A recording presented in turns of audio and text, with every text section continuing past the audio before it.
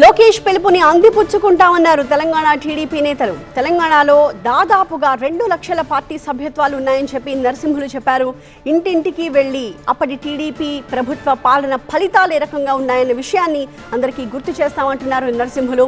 ఇప్పటికీ కూడా టీడీపీపై క్యాడర్కి గౌరవం తగ్గలేదని ఇంకొక వైపు అరవింద్ కుమార్ గౌడ్ అన్నారు.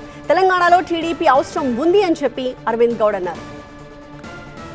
1,78,970 మెంబర్షిప్ చేయడం జరిగింది.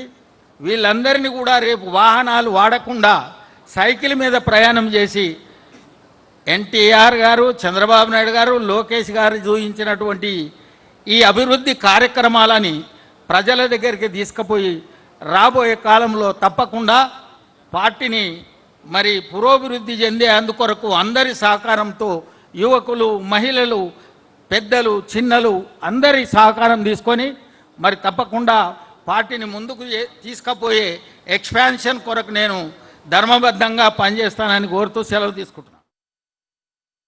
వర్కింగ్ ప్రెసిడెంట్ గారు మాట్లాడుతూ నేను తెలంగాణ బాధ్యతను తీసుకుంటాను, తెలంగాణ తెలుగుదేశాన్ని అభివృద్ధి పరుస్తాను అనే ఒక బాధ్యత తీసుకుంటానని చాలా ఆనందం. మేము చాలా బాధపడతా ఉన్నాం. 22 సంవత్సరాలు అయింది, మాకు అధికారం లేదు.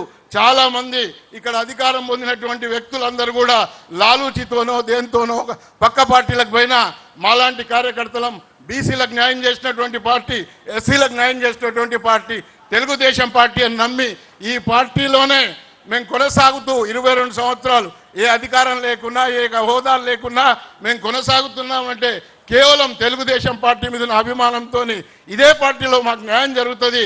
తెలంగాణలో ఇప్పుడు ఎదురు చూస్తూ ఉన్నారు తెలుగుదేశాన్ని. ఒక్కసారి మనం కదిలితే తప్పకుండా తెలంగాణలో తెలుగుదేశం అధికారంలోకి వస్తుందని మనవి చేస్తూ ముగిస్తా ఉన్నాను.